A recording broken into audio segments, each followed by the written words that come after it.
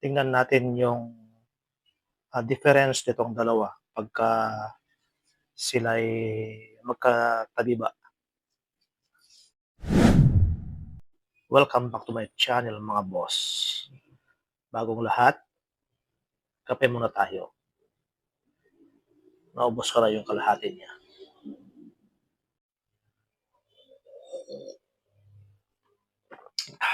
Sarap ng kape.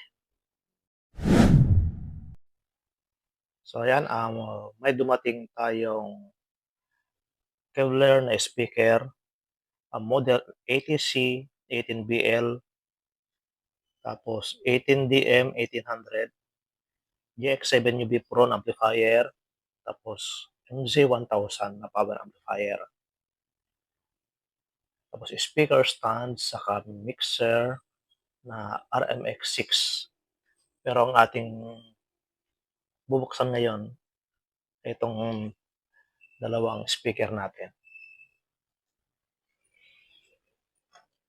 Ito mga boss, 18DM 1800, tapos itong ATC 18BL.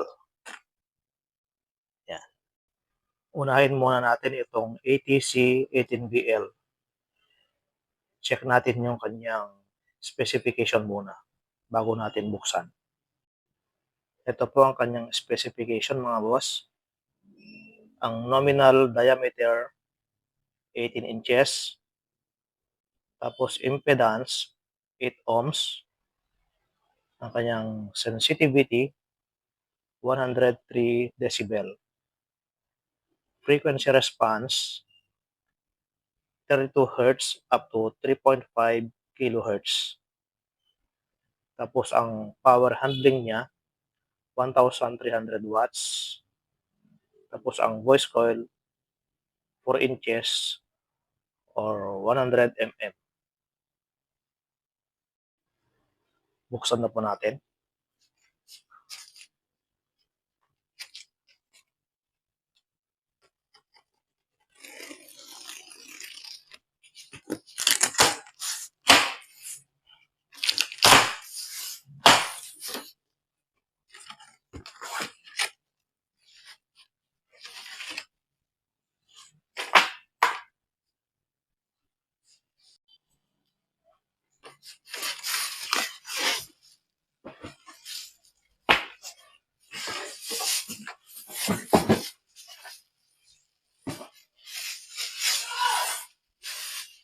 I-check natin ang kanyang cone.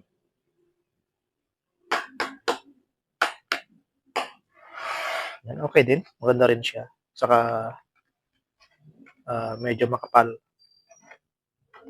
Pansin ko itong cone niya, malutong.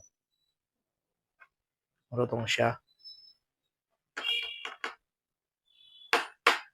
Pag ang sa speaker, malutong, mas klarong-klaro ang kanyang either vocals or bass.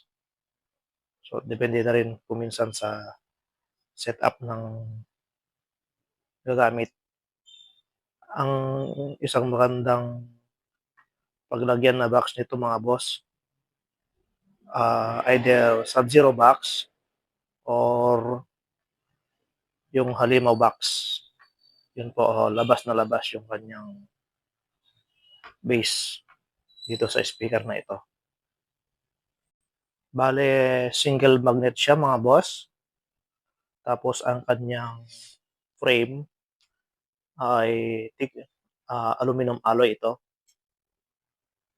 Tapos painted siya ng blue. Powder coated po siya.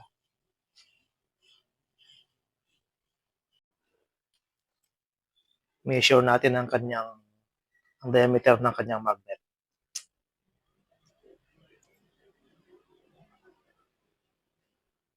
So around nasa 8.75 inches mga boss. Yan. Tapos ang kapal ng kanyang magnet, yung thick po niya 1 inch po. So yan po ang specs ng ATC18BL na Kevlar speaker. Tapos, sunod natin itong DM1800.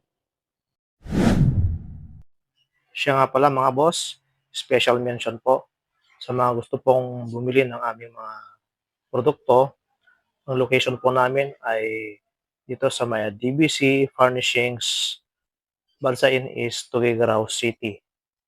Nasa likod lang po kami ng 7-Eleven.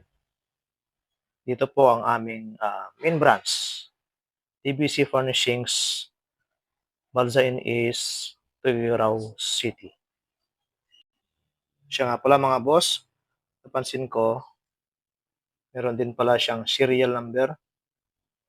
Katulad din po dun sa mga amplifier niya. Ang kanya pong specifications, nominal diameter, 18 inches.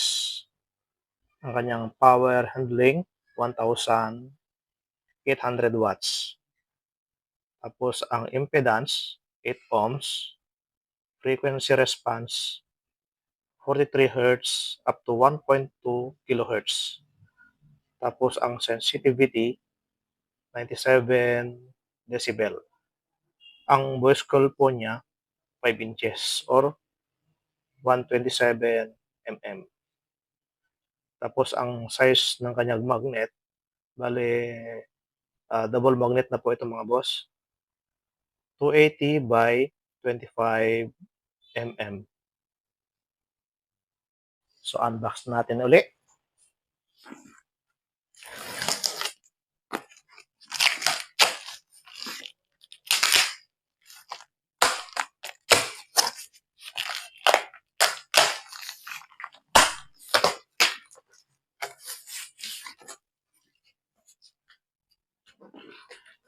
Dalawa pala ang kanyang karton mga boss. Kasi nga ito mabigat. Tapos malaki ang kanyang magnet sigurado. Meron akong papakita mga boss. Dito nakalagay ang kanyang features. Dual magnet, aluminum basket, tapos 5 inches voice coil. Ang kanyang winding pala sa voice coil po niya, in-out. Kalimitan outside lang po ang winding. Tapos ang kanyang cone, waterproof, treated na po siya. So it means, pag natatalsikan ng tubig yung sa kanyang harapan, hindi po siya agad-agad nababasa. Tapos ang kanyang harapan, walo na po itong kanyang sulok. Kasi ang typical mostly na speaker na makikita natin, round po siya. Round, diretso po siya. Ito, walo po ang kanyang sulok. Yan po ang design ng speaker na ito. Tapos, pansin ko dito sa kanyang ibaba, yung kanyang bigat, net weight, mismo ng speaker, 28 kilograms. Pagkasama po ang karton, 30 kilograms. Yan, talagang mabigat po siya mga boss.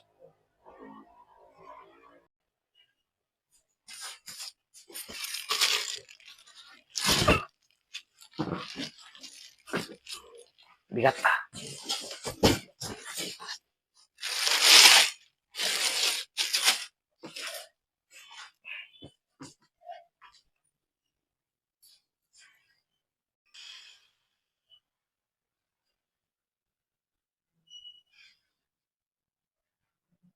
Check natin tong phone niya mga boss.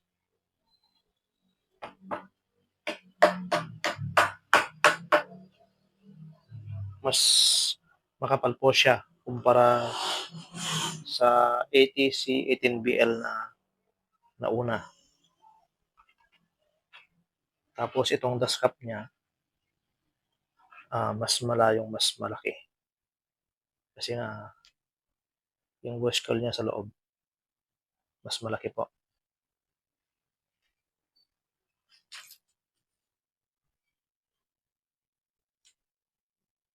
Baliktarin natin mga boss.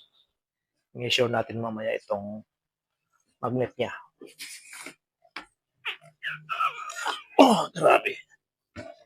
Maraming bigat.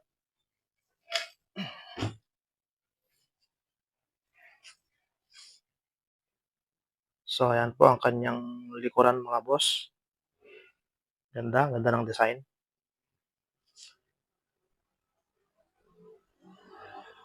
Ayan siya. Astig din. Astig sa kanyang design. Panalo, panalo to.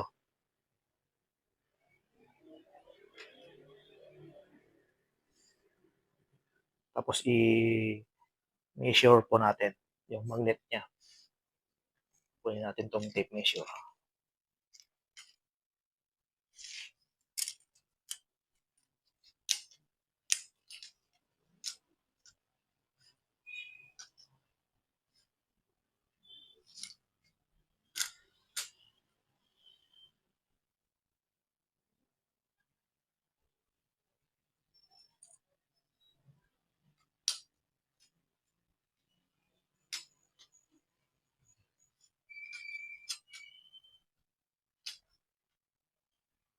So, ayan, bali sa 11 inches po or 280 mm. Katulad po dito sa kanyang specification dito sa papel. Yan po siya. Nakalagay 280, yan po, 280 mm. Tingnan natin yung difference nitong dalawa pagka sila'y magkatabi ba. Sa side yan, mas mataas po itong isa. Kasi nga 1,800 watts. Tapos 1,300 watts po itong isa.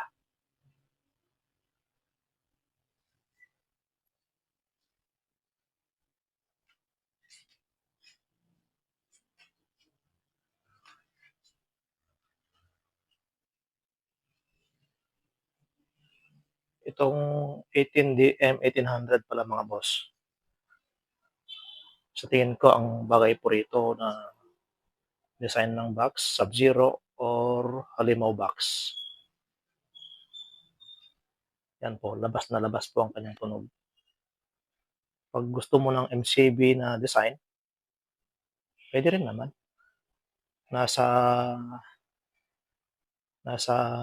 mag-ooperate na or gagawa kung anong diskarte ang magiging magandang setup niya. Bukas na natin buksan itong MZ1000 pati yung ating mixer or itong GX7 UV Pro. Alam ko marami na pong nakakaalam nito. Bubuksan natin bukas. Pagkita po natin doon sa mga hindi pa nakakaalam. Pero sigurado po tayo na marami nang nakakaalam dito sa model na ito. So ayan, hanggang dyan muna mga boss. Sa mga gusto pong malaman ang presyo, maaari pong paki-comment po sa baba, hashtag Kuya Jerboy, tapos send ko po yung presyo. Or pwede rin pong message ako sa aking Facebook page, Kuya Jerboy. Salamat!